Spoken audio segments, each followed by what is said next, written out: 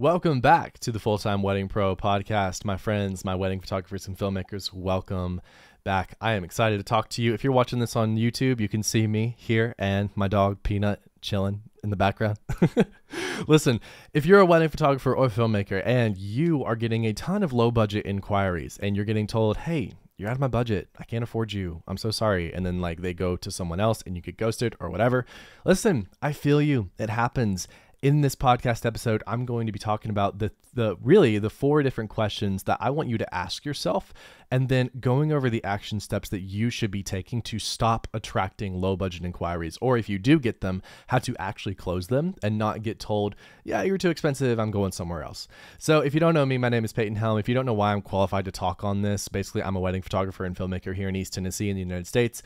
I do weddings, elopements, photo and video, kind of do it all. And I'm the owner of Full-Time Wedding Pro, which is a coaching program specifically centered around helping photographers and filmmakers in the wedding industry go from charging $2,000 or $3,000 to $5,000 to $10,000 to $15,000, and going from wherever you're at right now to multi six figures in your wedding business.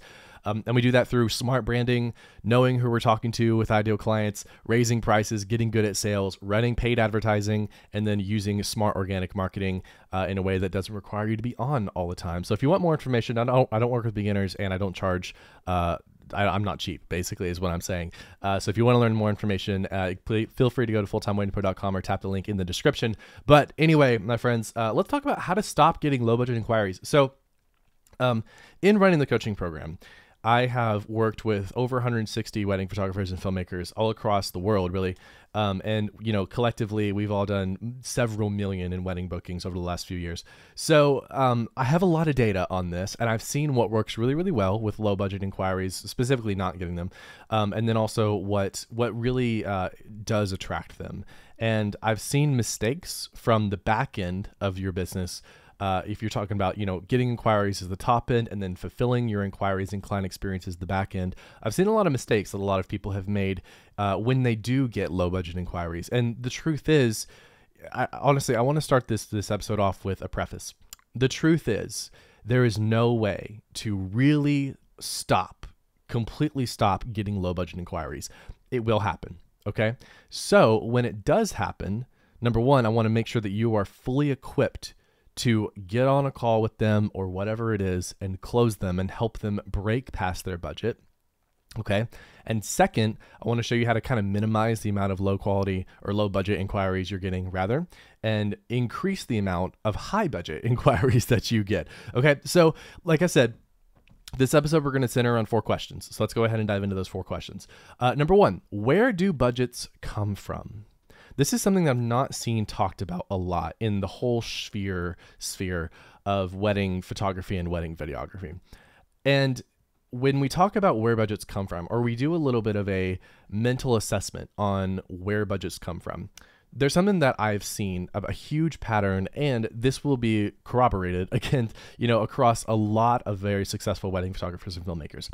And it's the fact that budgets are made up. Okay. Now, I'm sure there are a very, very small portion of wedding couples who really have a hard budget. Okay, that's fine. There are a lot of people who are not making a lot of money and they still get married. That's okay, right? That's fine. We're not going to service those people if you want to charge more than like $3,000 a wedding. So just keep that in mind. Budgets are made up. There is a very small portion of people who do have a hard budget, and you will always come across those people. However, most people's budgets are completely made up. So, okay, then the question becomes, where do these budgets come from? Where I like to define a budget as a preconceived idea or belief that couples should spend on a certain service.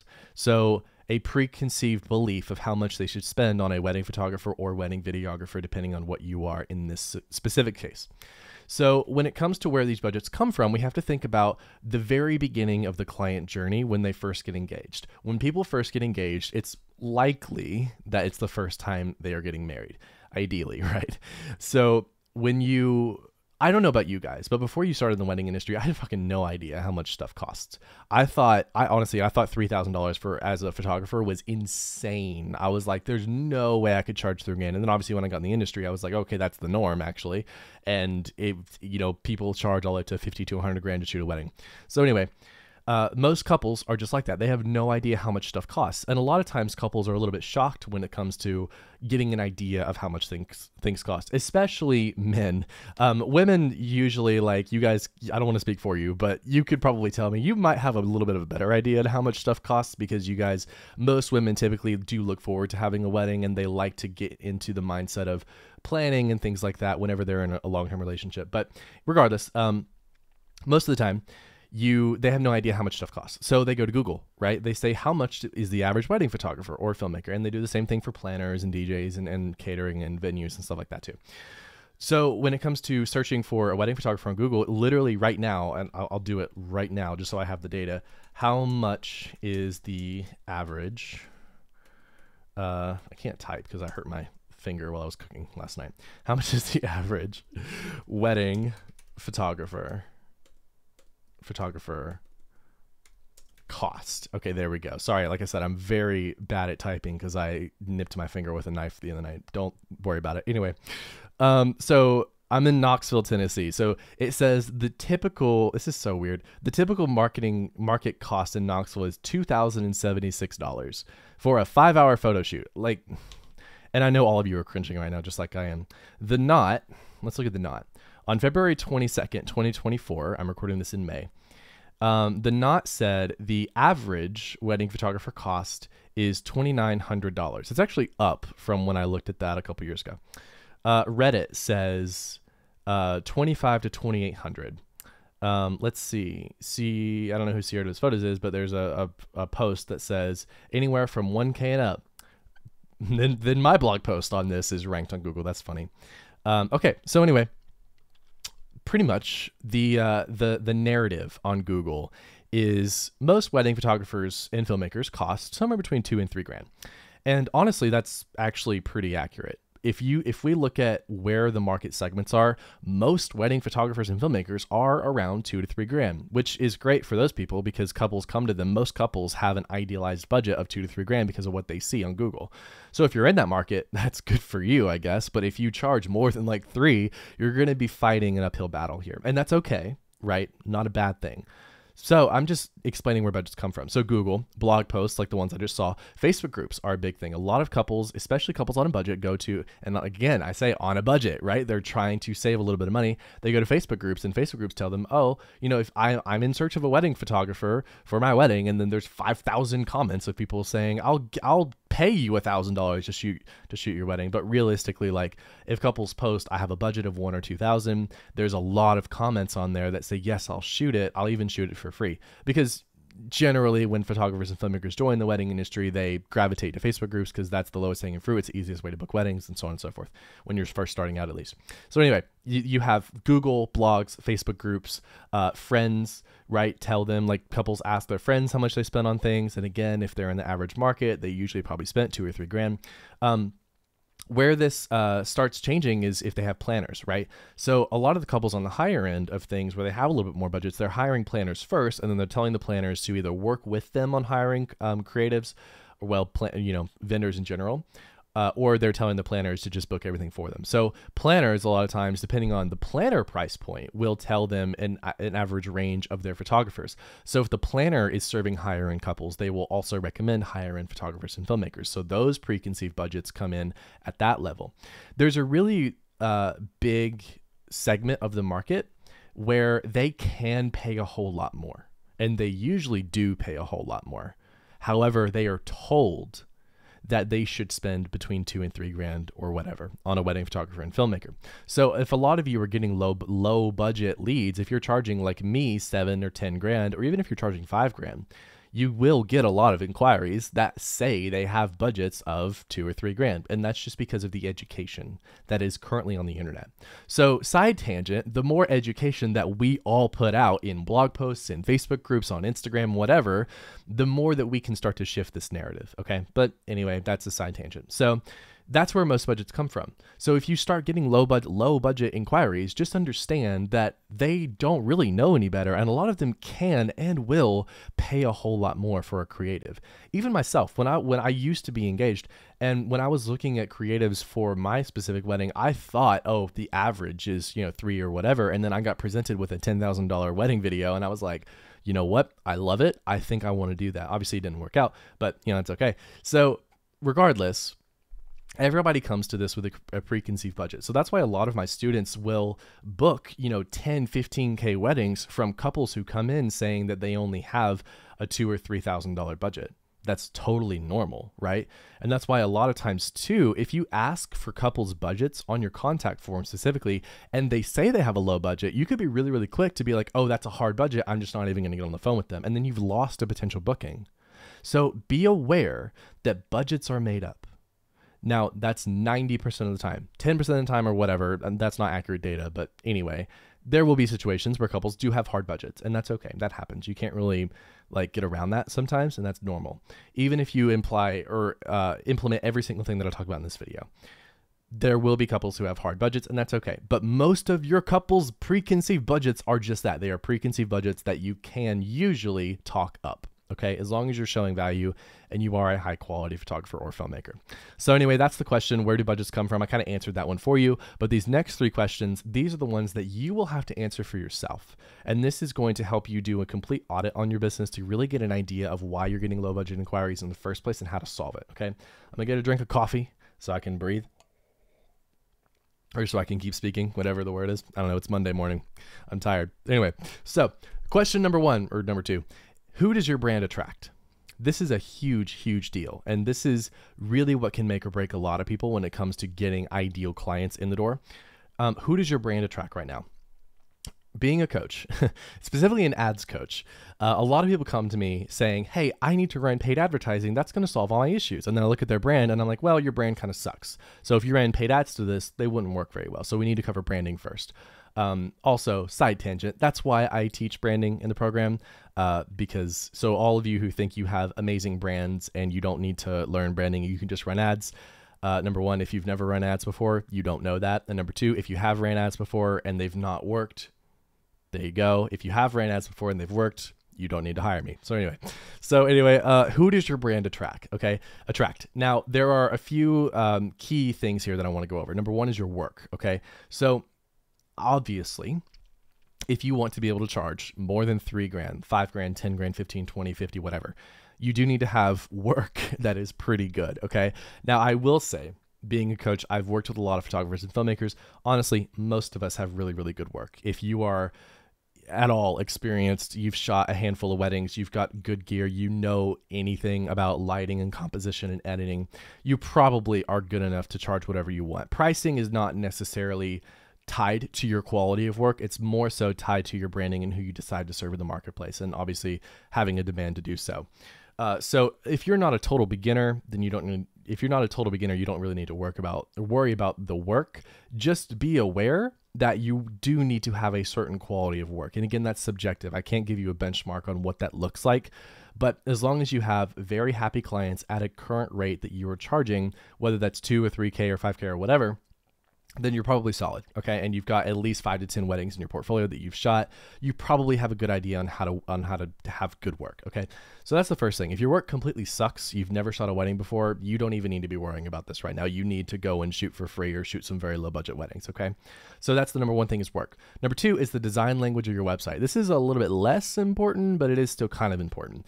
If people go, really, we could talk about overall structure of your website. If people go to your website and they see that you're a Walmart photographer, which pretty much in my definition of that means that you shoot weddings, you shoot portraits, you shoot real estate, you shoot commercial work, you shoot concerts, you shoot boudoir, whatever. Like if you do all of it and you're like, here's everything, that comes across as low quality. Okay. And the couples who have very high budgets, preconceived ideas of high budgets, or they've been educated. When people come to a website that they see everything, they're just going to pass you up. Okay, because they want to hire a specialist. I know that I have a very high budget when it comes to my wedding photography when I do get married. I am not going to hire a photographer that does everything. I want to only hire specifically an elopement photographer because that's what I want to do. And your couples, your ideal couples, right, who have higher budgets, they want to hire a specialist. So number 1, if you're a catch-all photographer, Sorry, you're not going to get that booking. You're not even going to get that inquiry. Okay. Now, third to that is if you're a catch-all, even if you're not a catch-all photographer, but you're just a wedding photographer, like couples just come to you and they're like, oh, that's a wedding photographer. Not good enough. Not good enough. Maybe for the 2 to 3K market, but if people go to you and they only see that you are just a wedding photographer and nothing else, that's not good enough. So Peyton, what does that mean? I'm sure like some of you are scratching your head like, okay, but I'm not supposed to be a catch-all, but I am supposed to be a wedding photographer. But now you're telling me just being a wedding photographer is not enough. Here's what I mean by that. You need to be a wedding photographer that is very specialized down into a specific type of wedding and a specific type of client that's having that type of wedding. Let's take my example.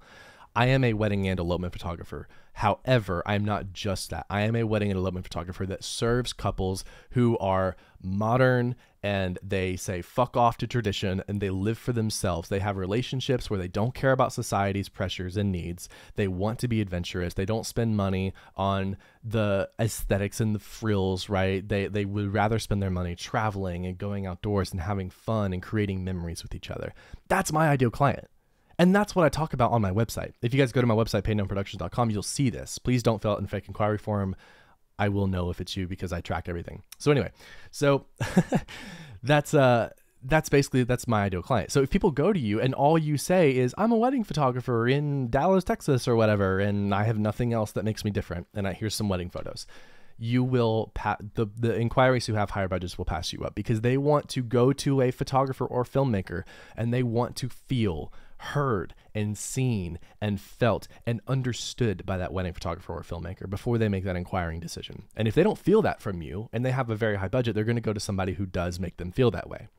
If you are just a catch-all photographer, or if you're just a catch-all wedding photographer even, or filmmaker, this applies to you guys too, then you're still going to get low budget inquiries.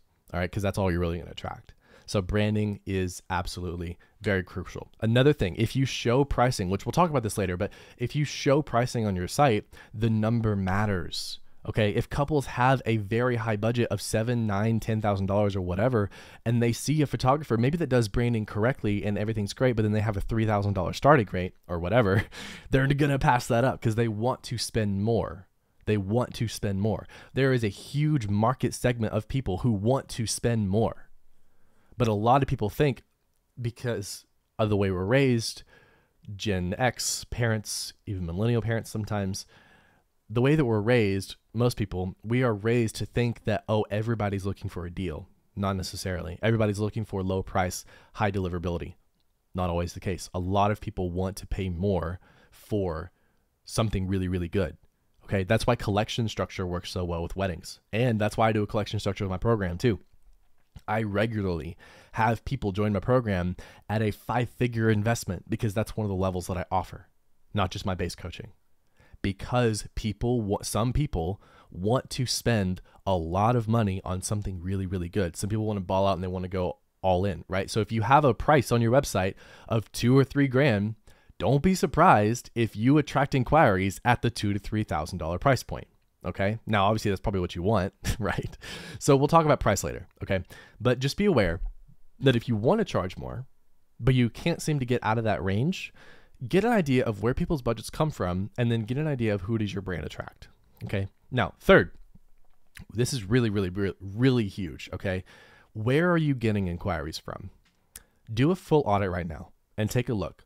If you're like most of my students who come to me, you're probably relying on Facebook groups, which is god-awful.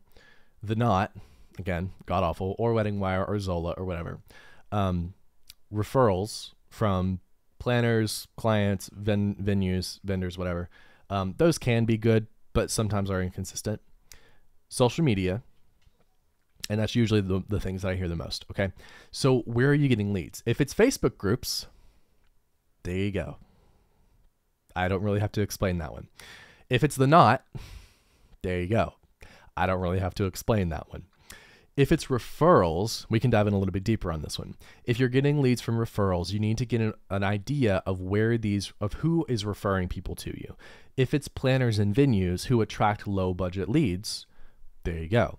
If you need to switch your connections over, maybe stop working with some people who are on the lower budget end of things as far as their services, and start working with planners and venues or even other photographers and filmmakers who do attract higher end clientele. That might fix your issue there. Okay. However, referrals are great. Love referrals.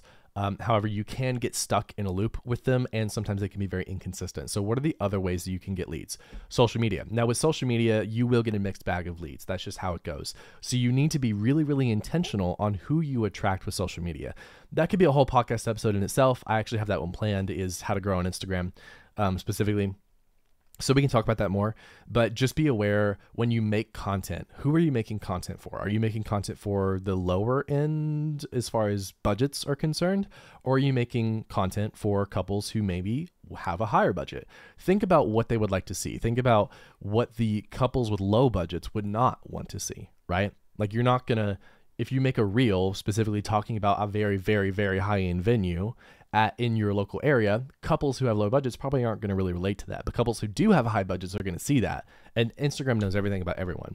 So if you make a video specifically on how to fucking ball out with your wedding, it's going to go to people who want to ball out for their wedding, right? So be aware of the content you're making. Same thing with SEO. So like with SEO, you can really rank search engine optimization. So what that stands for, if you don't know, it's basically ranking either your website or content on your website on Google through blog posts. And SEO is great. AI is kind of throwing a loop into things, so we'll kind of see where that plays out. But with SEO, you have full control over what you rank for. So again, if you want to make content about super low budget venues in your area, then don't be surprised if you start getting low budget leads from that.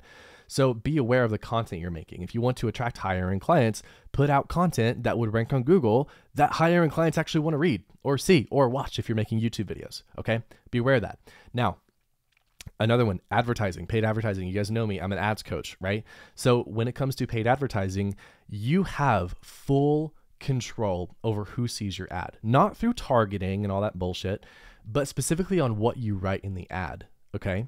So if you say literally, hey, here's a free engagement giveaway, or here's a discount, or if you book me by the end of May, you get a fucking free add-on or whatever, don't be surprised if you get a lot of low budget inquiries. Okay. That's why I don't teach that in my program, like at all.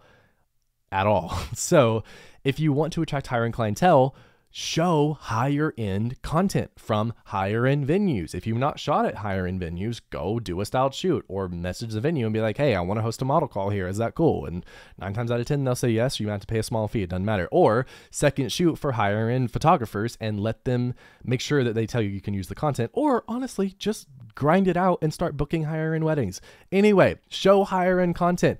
Talk in your ad copy about higher end things that couples want to book. One of my best and most successful students literally says, hey, if you are a bougie lover and you like the finer things in life, chat with me. Like, you can be very, very, very specific on who you target with your advertising, specifically through the content that you put in the ad and the copy that you put in the ad.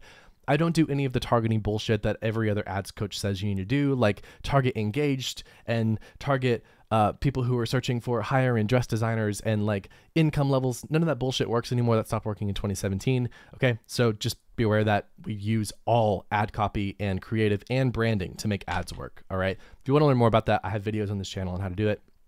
But regardless, that's the ad thing. So you really have full control over who you talk to. So when you're making an ad, side tangent, don't run ads unless you hire me. And I know that's like, oh, of course you would say that because you're an ads coach, but you guys would not believe the amount of emails and messages I get from people saying they've wasted $2,000, $5,000, $10,000 sometimes and not booked a single wedding. And they come to me and then they have like 30 and 40K months. So just, my official advice is don't run ads unless you have a coach. It doesn't have to be me, but honestly, I kind of am the best in the industry and my student results don't lie. If you want to see them, go to fulltimeweddingpro.com or go to my Instagram at Peyton Helm and scroll through my results highlight. It will take you a minute. Anyway, so going back to it, you have full control over who you talk to with advertising. So be aware that if you're getting low budget inquiries, it's probably your fault. So you can change that. That's more of a message to my students than anything. So now the lastly is bridal shows. Obviously there are more ways to get leads. These are just kind of the ones that I came up with off the top of my head. Bridal shows, this is pretty self-explanatory. If you go to a cheap bridal show, it's probably going to attract cheap clients. If you pay to go to a very, very high-end and expensive bridal show, you will probably attract higher-end clients because those are the types of couples that go to those bridal shows. So there you go. where are you getting leads? So first question, where do budgets come from? We answered it. Number 2, who does your brand attract? You will have to answer that for yourself. Number 3, where are you getting leads? You will have to answer that for yourself. And number 4, how much resistance do you implement? This is something that we've talked about a lot in Full-Time Wedding Pro recently.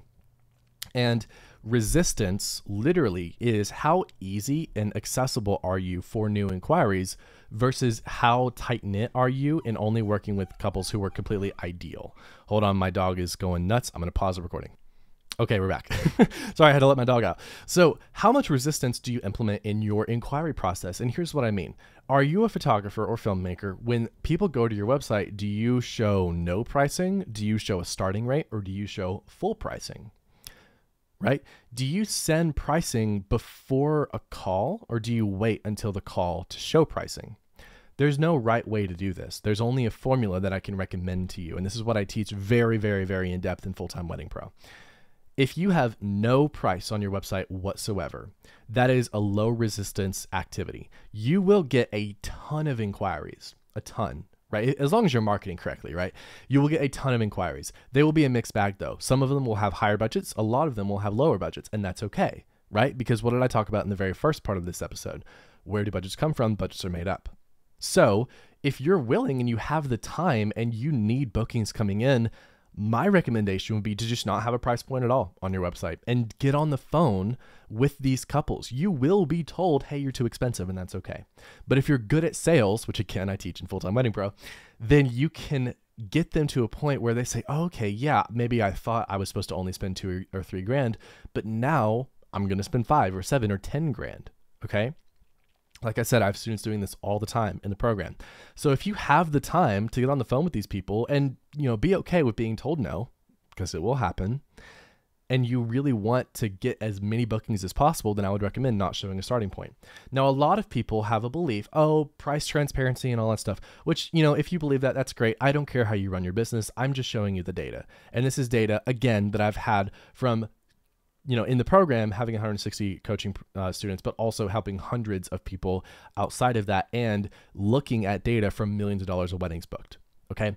I can tell you that having no starting point will get you more inquiries, and it will get you more bookings if you have the time to get on the coaching calls, if you have time to get on the sales calls with them. Okay. It will happen. Now, what's the next level up? When we start to incorporate a little resistance, we show a starting rate. What this will do, if your starting rate is obviously like a little bit higher than the average, is it will completely get rid of all the people who have low budgets. And you will only start to attract people who at least know that they can spend the starting rate. There's pros and cons to this. The pro of this is you will not spend nearly as much time on calls, and you will only attract inquiries, again, that know that they can afford your starting rate. The downside of this is you will miss out on all of the couples who have preconceived budgets, but they just needed to get on the phone with you to book you.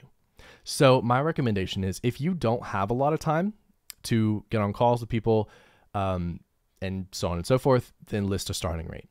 Now, full pricing. Full pricing is something I don't usually recommend anybody do unless you get 5 inquiries a day and you have no time whatsoever to get on calls. If you do full pricing on your website correctly, that's the highest resistance activity you can do.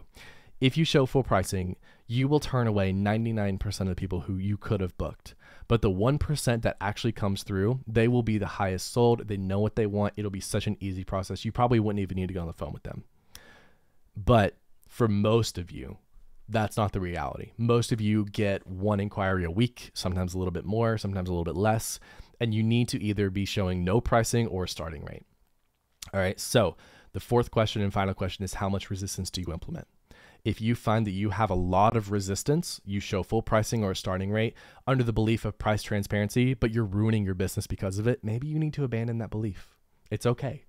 I know there's a lot of people saying, I'm going to pass up somebody who doesn't show full pricing, and that might be true for the people who are on a budget, but we are a wedding service. We are a luxury service. So the couples who actually give a shit, and the couples who actually matter, and the couples who actually you want to work with, they probably are wanting to hire you not because of your price, but because of what you serve, because of what you do, right? So they're not as concerned about price. So if you don't show a starting rate, that's okay. right? There you go. I'm just going to leave you with that. So how much resistance do you implement is the last question you need to answer. When combined, if you know what to do to fix these problems, you know how to start getting more inquiries, whether your goal is to get more low budget inquiries, because again, that's a strategy here, or you know what to do now to start getting only high budget inquiries, even if that number is a lot smaller. All it goes back to is who you're talking to and how much time you have to work with them. If you have the time to do a shit ton of sales calls, then do a shit ton of sales calls. If you don't have that time, then don't. Hopefully this video was helpful for you guys. Again, my name is Peyton. If you want to learn more about my coaching program, Full-Time Wedding Pro, go to fulltimeweddingpro.com or tap the link in the description.